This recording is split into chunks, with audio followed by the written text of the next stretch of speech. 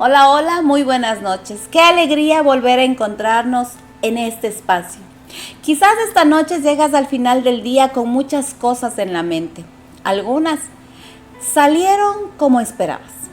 Otras quizás quedaron pendientes. Pero ahora tenemos unos minutos para detener el ritmo. ¿Sí? Para preparar el corazón y sentarnos juntos alrededor de la palabra de Dios para empezar este tiempo. Bienvenidos a un libro y un café. Ahora con la edición nocturna. Terminemos este día con un cafecito, una conversación y la esperanza que solo Dios puede dar. En nuestras conversaciones anteriores hemos recorrido un camino. Comenzamos mirando el matrimonio desde el diseño de Dios. Después hablamos de esas conversaciones que dejamos de tener con la persona que más amamos. Entramos en el terreno del perdón y la última noche hablamos de algo todavía más delicado. ¿Qué ocurre cuando la confianza se rompe? ¿Y cómo Dios puede comenzar a restaurar aquello que el pecado ha dañado? Hoy quiero llevar esa conversación un poco más adelante, porque hay algo que sucede muchas veces cuando una pareja está intentando reconstruir su relación. Cada uno empieza a mirar al otro esperando señales de cambio. Uno piensa, ahora le toca a él. El otro piensa, después de todo lo que hice, debería ser ella quien me busque, quien dé el primer paso. Y mientras ambos esperan, nadie se mueve. Y no necesariamente porque hayan dejado de amarse, no. A veces simplemente están cansados, sí, cansados de ser quienes siempre ceden. Cansados de sentir que sus esfuerzos no son reconocidos. Cansados de dar sin recibir lo que esperaban. Y entonces aparece una pregunta que puede cambiar completamente la dirección de una relación. ¿Qué pasaría si en lugar de preguntarnos qué debería hacer el otro por nosotros, comenzáramos a preguntarle a Dios, ¿qué podemos hacer nosotros por el otro? Y no parece una pregunta revolucionaria, pero puede ser profundamente transformadora. ¿Saben por qué? Porque el corazón humano tiene una inclinación natural hacia el intercambio. Yo hago mi parte si tú haces la tuya.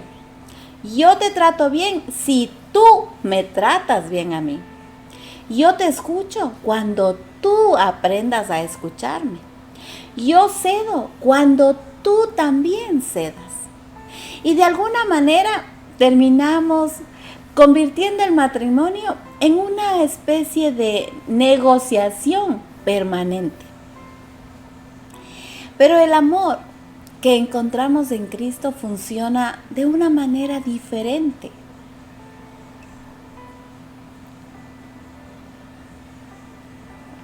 Porque Cristo no esperó a que nosotros fuéramos dignos para acercarse. No esperó a que primero corrigiéramos nuestra vida. No esperó a que pudiéramos ofrecerle algo equivalente a lo que Él iba a entregar. La iniciativa vino de Él.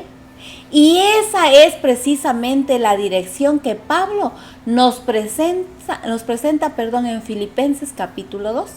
Este pasaje no fue escrito específicamente como un manual para los matrimonios, no.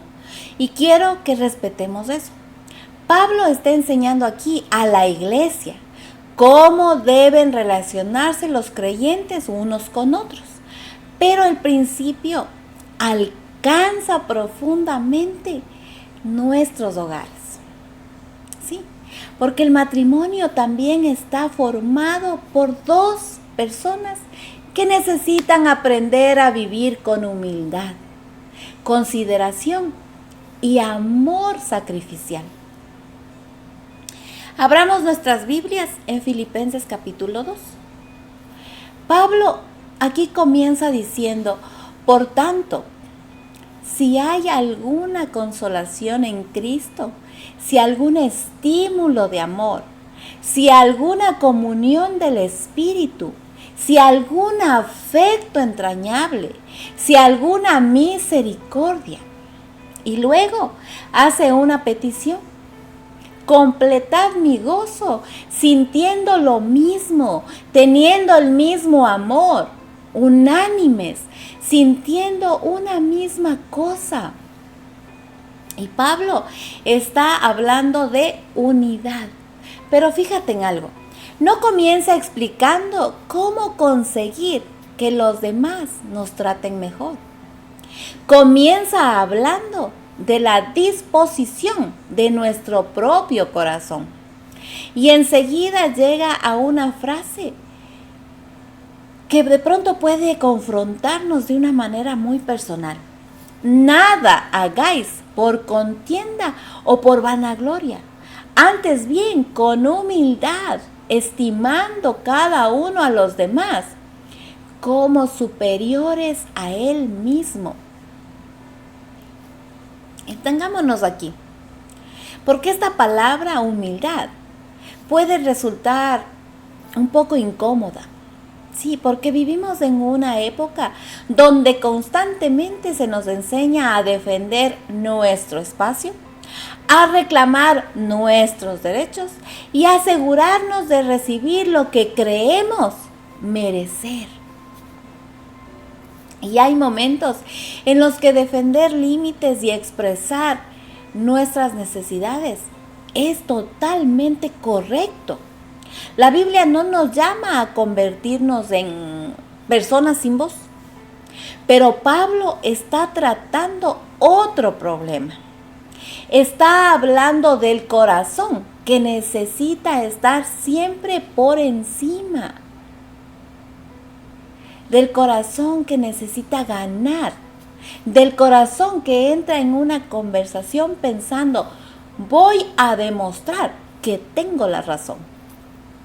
Y quizás el matrimonio sea uno de los lugares donde más fácilmente podemos descubrir esa lucha dentro de nosotros.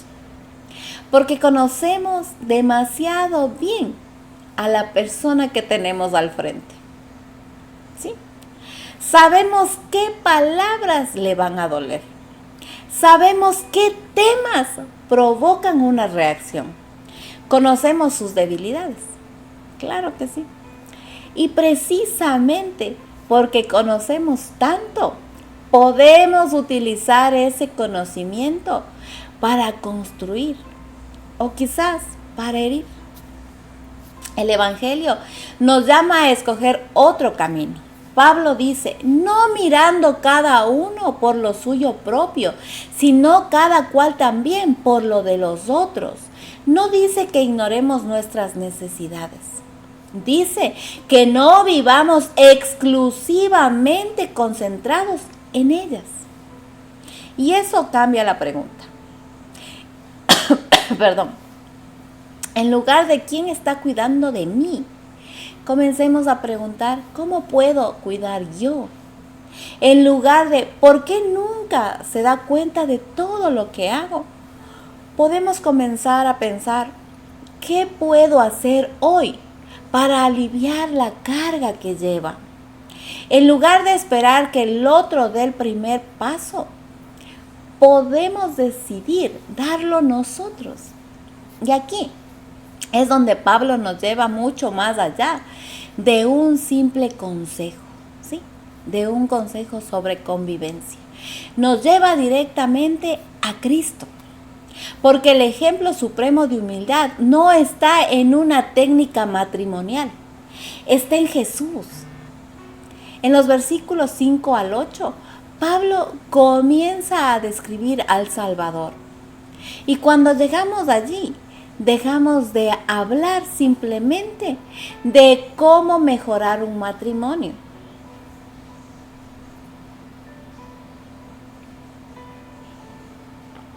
Comenzamos a contemplar el corazón del Evangelio.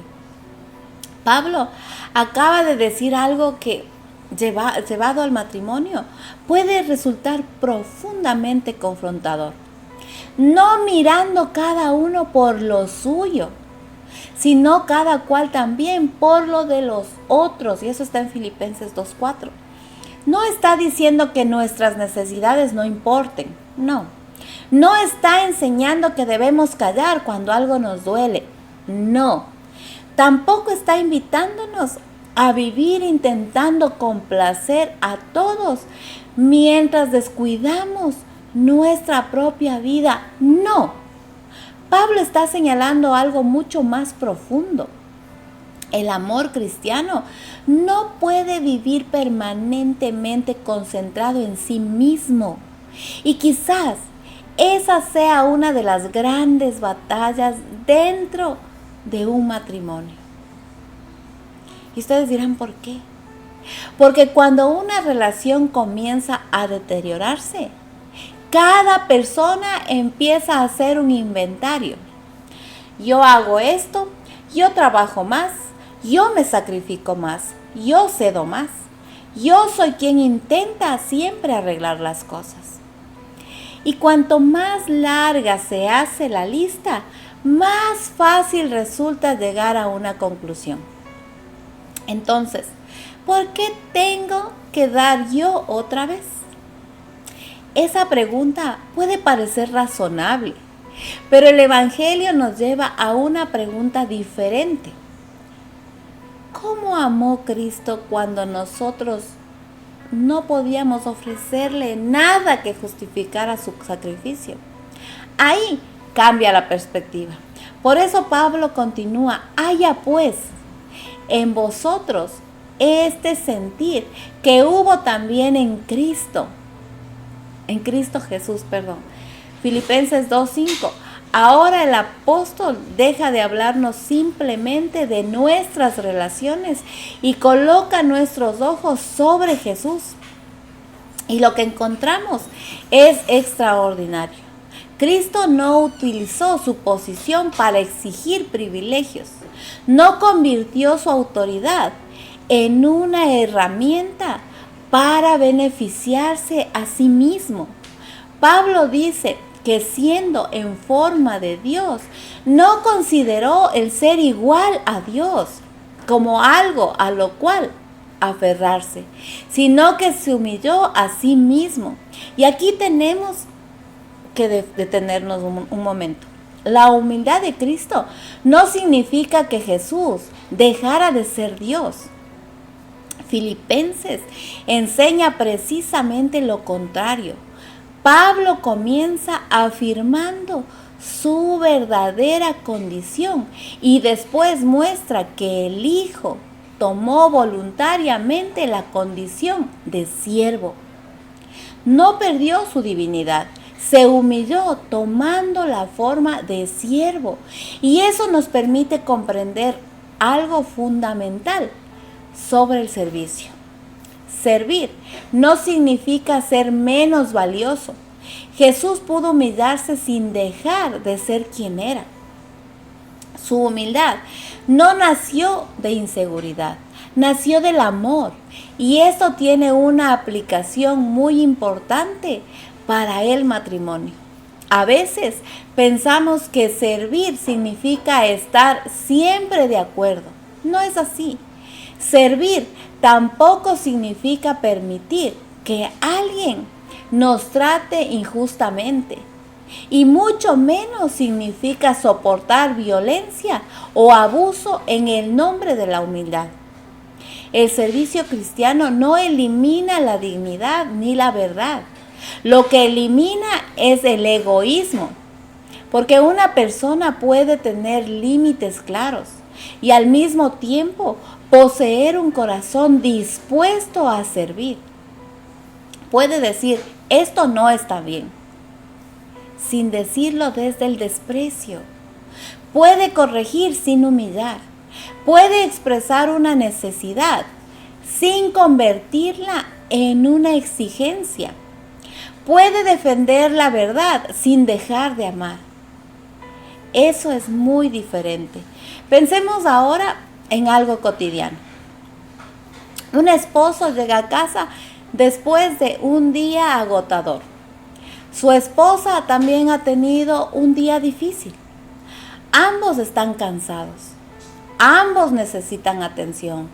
Ambos podrían comenzar explicando por qué el suyo fue el día más pesado. Pero uno de ellos decide preguntar: ¿cómo estás? ¿Qué puedo hacer para ayudarte esta noche? No porque su cansancio sea menor, no porque su necesidad no importe, sino porque ha decidido mirar también la carga del otro. Y eso es servicio.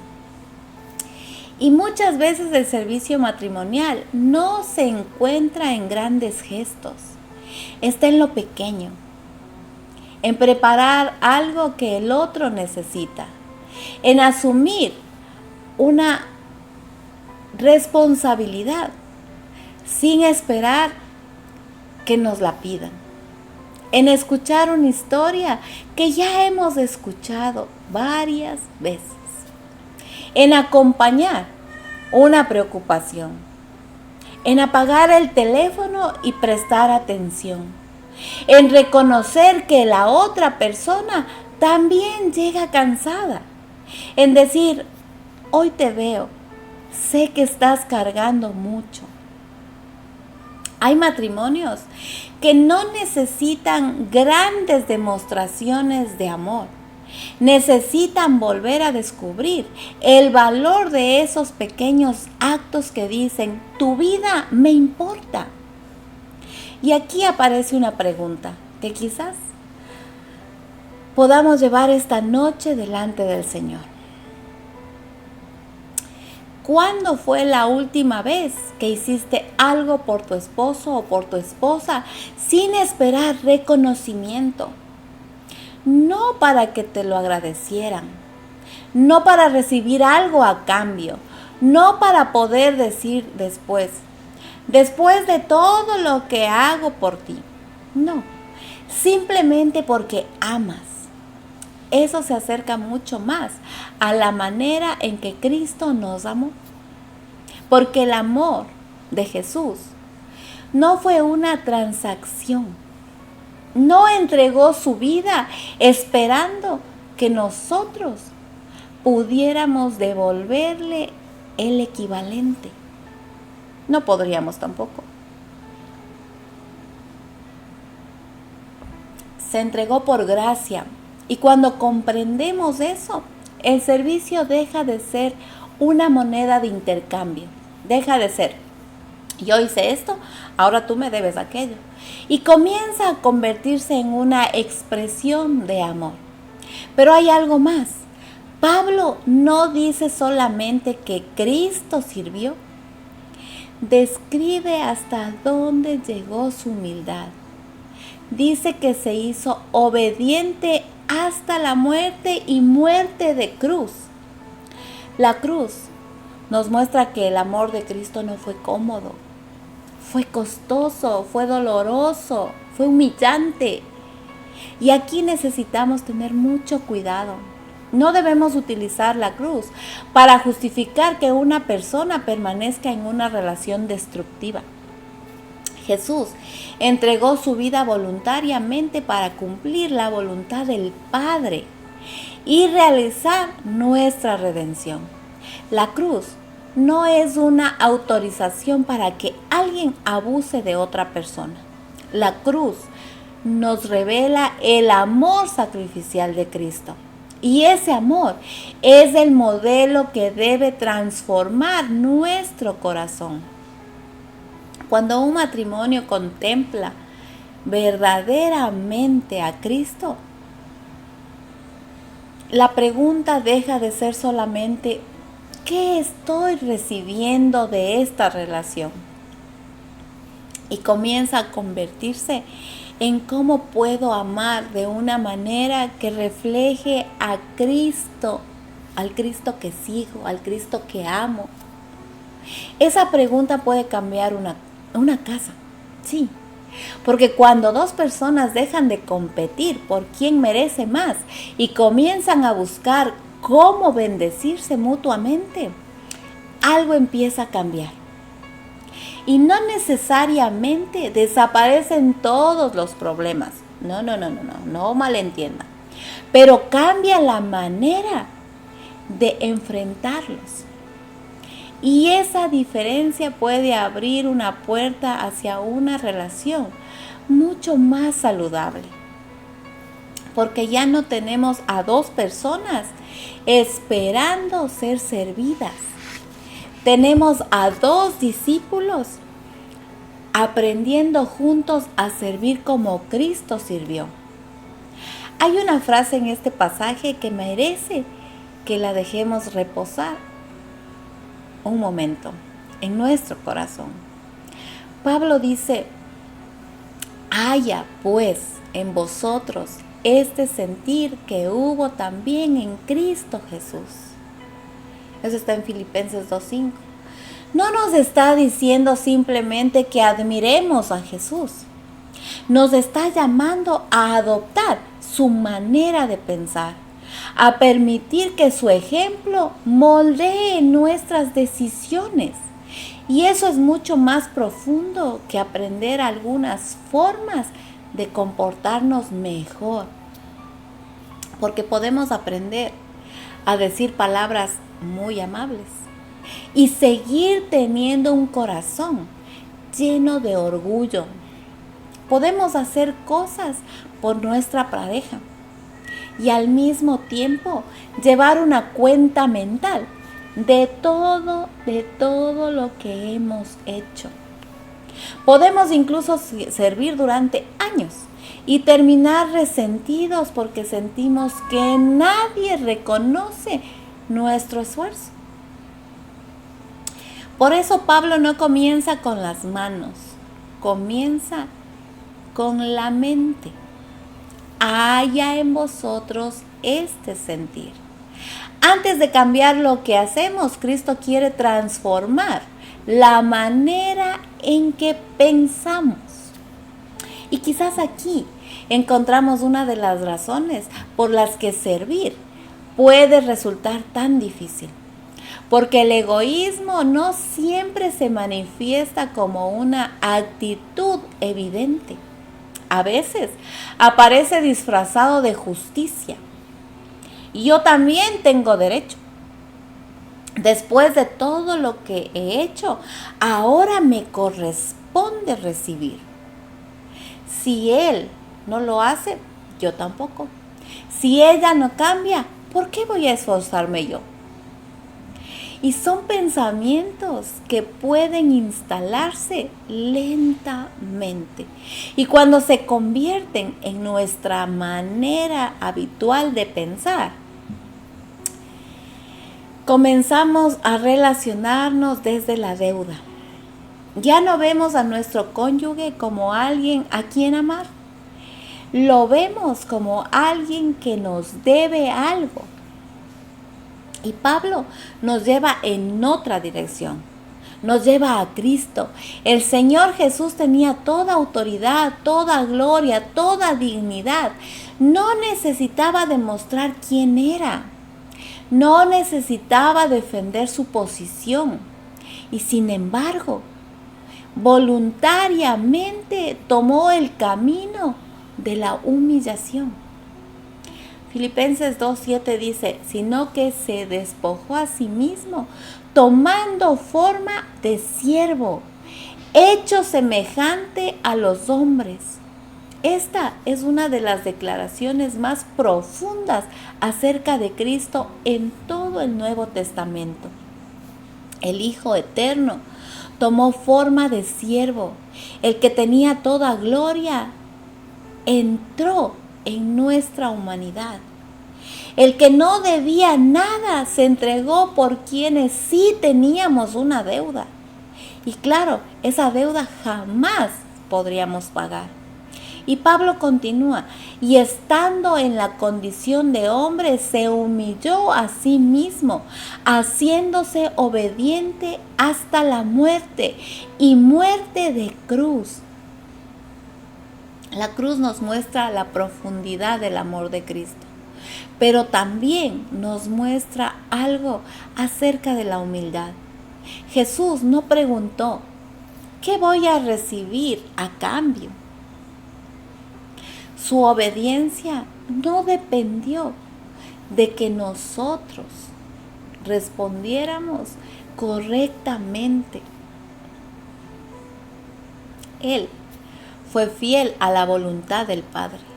Y aquí debemos hacer una pausa porque esto puede cambiar nuestra perspectiva sobre el servicio dentro del matrimonio. Servir no significa esperar que el otro responda como nosotros queremos. Si servimos solamente cuando recibimos, cuando recibimos gratitud, reconocimiento o reciprocidad, nuestro servicio puede convertirse rápidamente en una negociación. Pero el servicio cristiano tiene otra raíz. Servimos porque pertenecemos a Cristo. Eso significa que incluso cuando nuestro esfuerzo pasa desapercibido, Dios lo ve. Cuando nadie agradece, cuando nadie reconoce, cuando hacemos aquello que era necesario y simplemente seguimos adelante.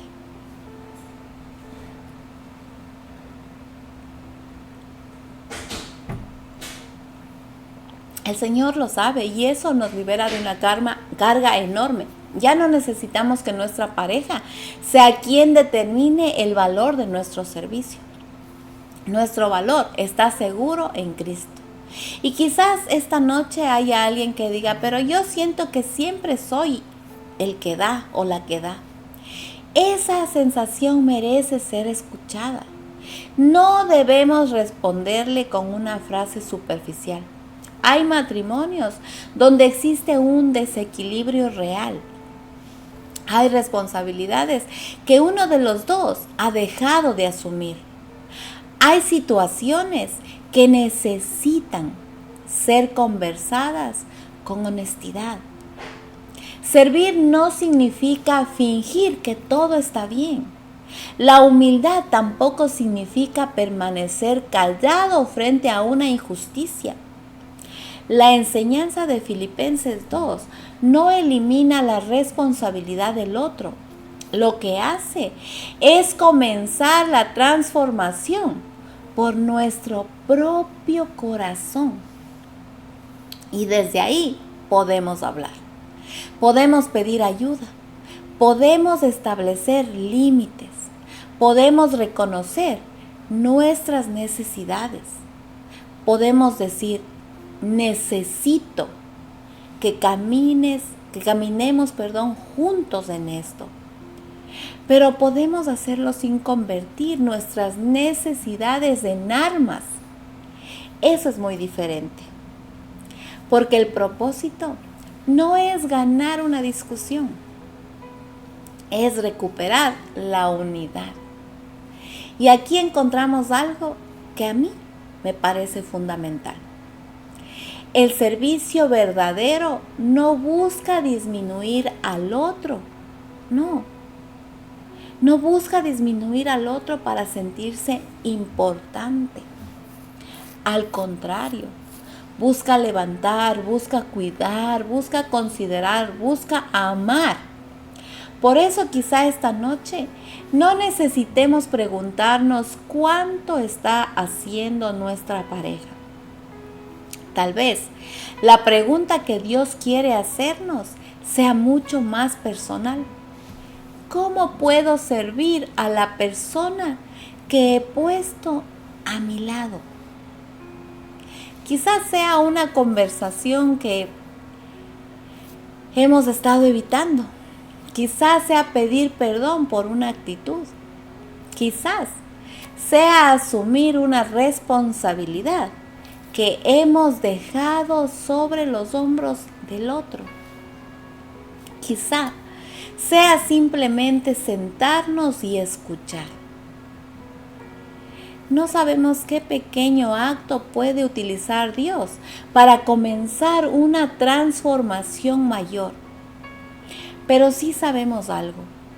Cuando Cristo comienza a ocupar el centro de un matrimonio, el egoísmo deja de tener el mismo poder. Porque ya no tenemos que demostrar quién merece más. Hemos aprendido que todos vivimos de la gracia. Y quien comprende la gracia recibida comienza a mirar a los demás de una manera diferente. Por eso Pablo termina este hermoso pasaje elevando nuestros ojos todavía más. Después de mostrarnos la humillación de Cristo, nos muestra su exaltación. Por lo cual, Dios también le exaltó hasta lo sumo y le dio un nombre que es sobre todo nombre. Y eso está en Filipenses 2:9. Jesús se humilló, Dios lo exaltó. Y aquí encontramos una verdad que sostiene todo el pasaje. La humildad no es derrota. La obediencia a Dios nunca es una vida desperdiciada. Cristo descendió voluntariamente hasta la cruz. Pero la cruz no fue el final. La resurrección y la exaltación revelaron su gloria. Eso significa que no necesitamos vivir buscando reconocimiento inmediato. Podemos obedecer a Dios aunque nadie aplauda. Podemos servir aunque nadie lo note. Podemos escoger la humildad porque nuestra identidad y nuestro futuro están seguros en las manos del Señor. Y quizá eso sea precisamente lo que algunos matrimonios necesitan esta noche. No otra discusión sobre quién tiene la razón, sino volver juntos la mirada hacia Cristo. Porque cuando ambos miran hacia Él, comienzan a aprender nuevamente cómo mirarse el uno al otro. Quizás después de escuchar todo esto, alguien pueda pensar, entonces, ¿debo olvidarme de mis necesidades y concentrarme solamente en las necesidades de mi esposo o de mi esposa? No. Y es importante decirlo con claridad. El Evangelio no nos enseña a desaparecer dentro del matrimonio. Nos enseña a amar sin convertir nuestras necesidades en el centro absoluto de la relación. Jesús mismo durante su ministerio terrenal se apartaba para orar. Tenía momentos de descanso. Expresó tristeza, lloró, pidió compañía en Getsemaní. Eso nos recuerda que reconocer nuestras necesidades no es egoísmo. El egoísmo aparece cuando creemos que nuestras necesidades son las únicas que importan. Por eso, servir y comunicar lo que necesitamos pueden convivir. Claro que sí. Puedo decir, hoy estoy cansado y necesito ayuda. Y al mismo tiempo preguntar, ¿cómo estás tú? Puedo pedir, necesito que me escuches, sin dejar de estar dispuesto a escuchar. Puedo expresar, esto me lastimó, sin utilizar mi dolor para castigar al otro. Ese equilibrio requiere madurez. Y la madurez cristiana no consiste en que nunca tengamos necesidades, consiste en aprender a llevarlas delante de Dios, mientras también consideramos a quienes Él ha puesto a nuestro lado. Quizás por eso esta conversación no debería terminar con una lista de cosas que tenemos que hacer. Debería terminar con una decisión interior, una decisión muy sencillita. Esta semana quiero dejar de esperar el primer movimiento del otro y preguntarle a Dios, ¿cuál puede ser mi primer paso? No sabemos qué ocurrirá después. Quizá el otro responda, quizá necesite tiempo, quizá incluso no reconozca inmediatamente nuestro esfuerzo. Pero nuestra obediencia no depende de la reacción de otra persona. Depende de nuestra relación con Cristo Jesús. Y aquí volvemos al lugar donde comenzó todo. Filipenses 2 nos llevó a mirar a Jesús, al Hijo que se humilló, al siervo que obedeció, al Salvador que entregó su vida. Y después de contemplarlo, Pablo dice que nosotros debemos tener ese mismo sentir. No podemos imitar a Cristo perfectamente, pero sí podemos caminar bajo la obra de su Espíritu, aprendiendo cada día a parecernos más a Él. Quizá esta noche el Señor está señalando algo muy concreto, una llamada que necesitas hacer, una responsabilidad que has estado dejando para después, una palabra de agradecimiento que hace tiempo no dices, una puerta que necesitas abrir para escuchar, una tarea que podrías asumir sin esperar que te la pidan. Y no porque tu pareja se lo haya ganado, no, sino porque Cristo te ha mostrado una manera diferente de amar. Y tal vez el paso más difícil sea este, servir sin llevar la cuenta. Porque cuando llevamos una cuenta de todo lo que hacemos, tarde o temprano comenzamos a presentar la factura.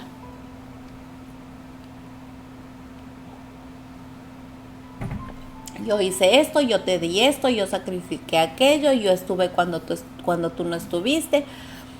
En fin, pero el amor de Cristo no funciona con facturas. La cruz no fue una transacción comercial, fue gracia. Y nosotros amamos porque Él nos amó primero. Por eso, antes de terminar esta conversación, quiero dejarte una pregunta. No la respondas pensando inmediatamente en tu esposo o en tu esposa. Respóndela delante de Dios. ¿Qué cambiaría en mi matrimonio si esta semana dejara de preguntarme qué está haciendo por mí? Y comenzara a preguntarme, ¿cómo puedo amarle mejor? Quizás no puedas cambiar toda tu relación esta semana, pero sí puedes dar un paso. Y a veces Dios utiliza un pequeño acto de obediencia para comenzar procesos que nosotros todavía no alcanzamos a ver. Te pido que me acompañes a orar. Cerremos nuestros ojos, inclinemos nuestro rostro para terminar esta noche. Señor Jesús, gracias porque tú nos has mostrado el significado verdadero del amor que sirve. Perdónanos cuando hemos convertido nuestras relaciones en una lista de lo que damos y de lo que esperamos recibir. Perdónanos cuando hemos querido tener la razón más que buscar la unidad. Enséñanos, Señor, a tener el sentir que hubo en ti. Danos humildad sin debilidad, firmeza sin dureza y generosidad sin esperar reconocimiento. Ayúdanos a reconocer nuestras necesidades y también a mirar las cargas de quienes caminan a nuestro lado. Haz de nuestros hogares lugares donde podamos servirnos, escucharnos, amarnos, cuidarnos bajo tu señorío. Y cuando sintamos que estamos dando demasiado, recuérdanos que nuestra identidad y nuestro valor no depende de la respuesta de la otra persona, sino de tu amor perfecto.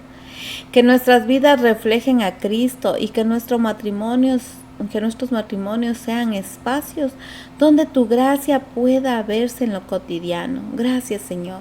Gracias porque sabemos todo lo que estás haciendo por nosotros, lo que haces en este momento y lo que seguirás haciendo. En el nombre de Jesús, amén y amén.